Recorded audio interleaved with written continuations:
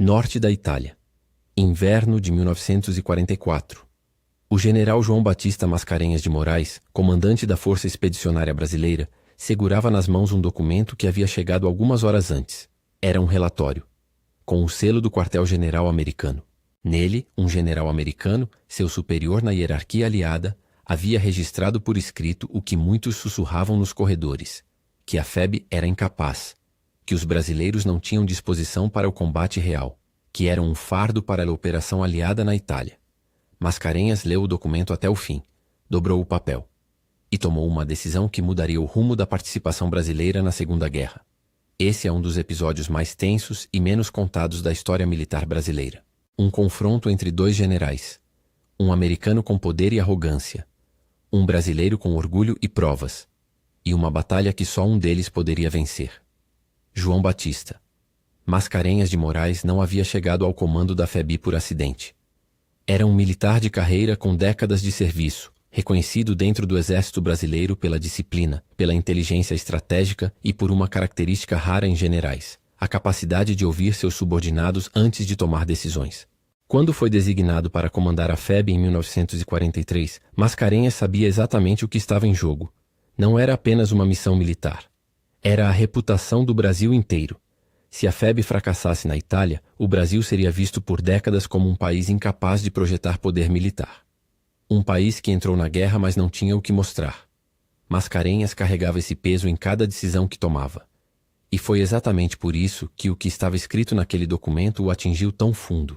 Willis Dale Crittenberger era o comandante do 4º Corpo de Exército americano, a unidade à qual a FEB estava subordinada na Itália. Era um general experiente, com boa reputação dentro do exército americano. Mas havia um problema fundamental na relação entre Crittenberger e os brasileiros. Ele nunca havia acreditado genuinamente na capacidade da FEB. Desde a chegada dos brasileiros à Itália, Crittenberger havia expressado em reuniões reservadas suas dúvidas sobre o preparo, a disciplina e a disposição de combate das tropas sul-americanas. Eram dúvidas que muitos americanos compartilhavam em silêncio. Crittenberger tinha o posto que lhe permitia colocá-las em papel. E foi o que ele fez. Depois das primeiras tentativas fracassadas de tomar Monte Castelo, Crittenberger registrou formalmente sua avaliação negativa da FEB. O relatório de Crittenberger não era uma opinião informal.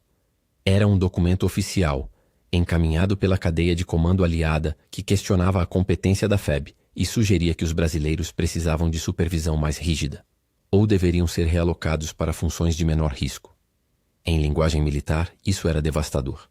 Significava que um superior americano havia colocado em registro permanente que as tropas brasileiras eram fracas, que não eram confiáveis, que o Brasil havia enviado homens para a guerra, mas esses homens não estavam à altura do desafio. Se esse documento chegasse ao nível mais alto do comando aliado sem resposta, se virasse parte permanente do histórico da campanha italiana, a FEB voltaria para o Brasil com uma mancha que nunca mais sairia.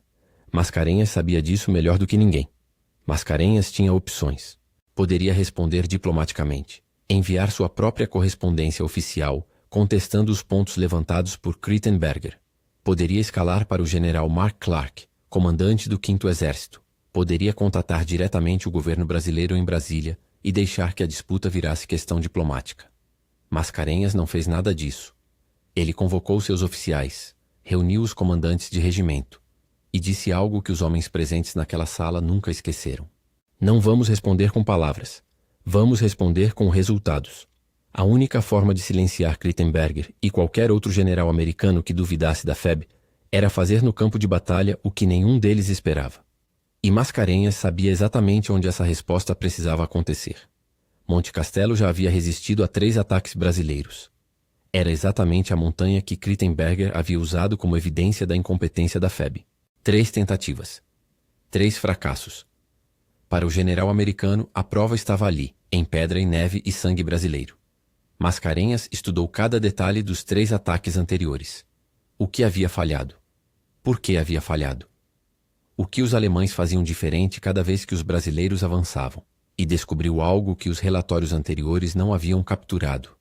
Cada ataque fracassado havia ensinado aos brasileiros exatamente como os alemães defendiam aquela posição. 3 fracassos não eram apenas 3 fracassos. Eram 3 lições, e Mascarenhas estava prestes a aplicá-las.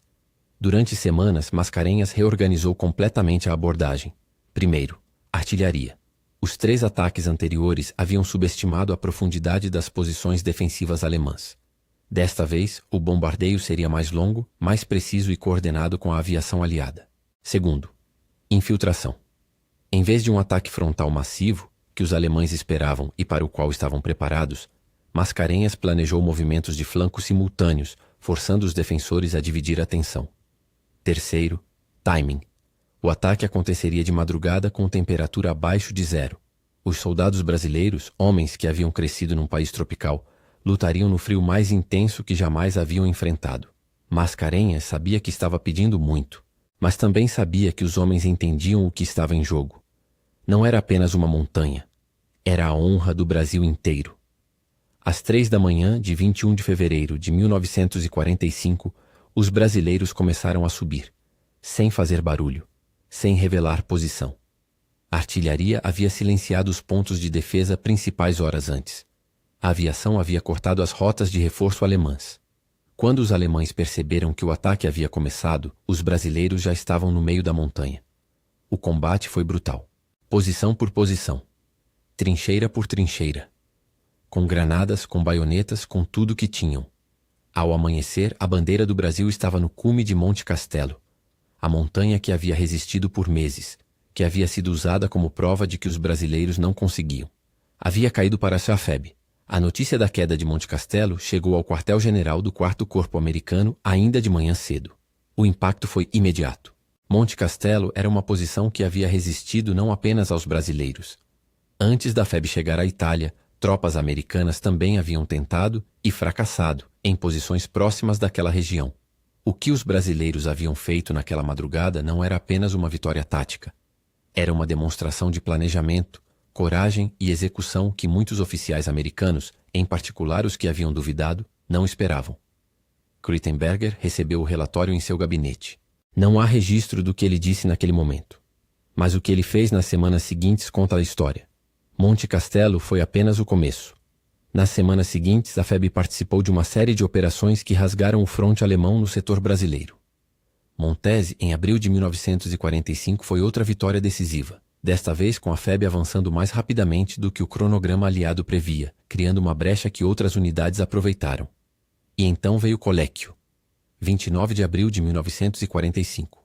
14.779 soldados alemães se renderam para o general Mascarenhas de Moraes, a maior rendição do setor italiano, realizada pelo exército que um general americano havia chamado de incapaz. Nos dias finais da campanha italiana, houve um encontro entre Mascarenhas e Krittenberger. Os relatos de oficiais presentes descrevem um momento de tensão silenciosa. Krittenberger, diante dos resultados que a FEB havia alcançado, Monte Castelo, Montese, Coléquio, reconheceu formalmente o desempenho das tropas brasileiras. Não foi um pedido de desculpas. Generais americanos não pediam desculpas para generais brasileiros em 1945, mas foi um reconhecimento. Mascarenhas ouviu, agradeceu com a formalidade que a situação exigia, e não disse mais nada. Não precisava. João Batista Mascarenhas de Moraes voltou ao Brasil como herói. Foi promovido a marechal, a mais alta patente do exército brasileiro. Mas como aconteceu com tantos veteranos da FEB, sua história foi sendo gradualmente enterrada pelas conveniências políticas dos anos seguintes. Krittenberger seguiu sua carreira no exército americano. Foi promovido, recebeu condecorações. Sua versão da campanha italiana, a versão americana, é a que aparece na maioria dos livros de história sobre a Segunda Guerra. A FEB aparece nessa versão como uma nota de rodapé, uma tropa aliada menor que participou de operações secundárias. Não há menção ao documento de Krittenberger questionando a FEB. Não há menção à decisão de Mascarenhas de responder com batalha em vez de palavras. Não há menção ao fato de que as tropas que ele havia chamado de incapazes capturaram mais prisioneiros alemães do que qualquer outra divisão aliada naquele setor.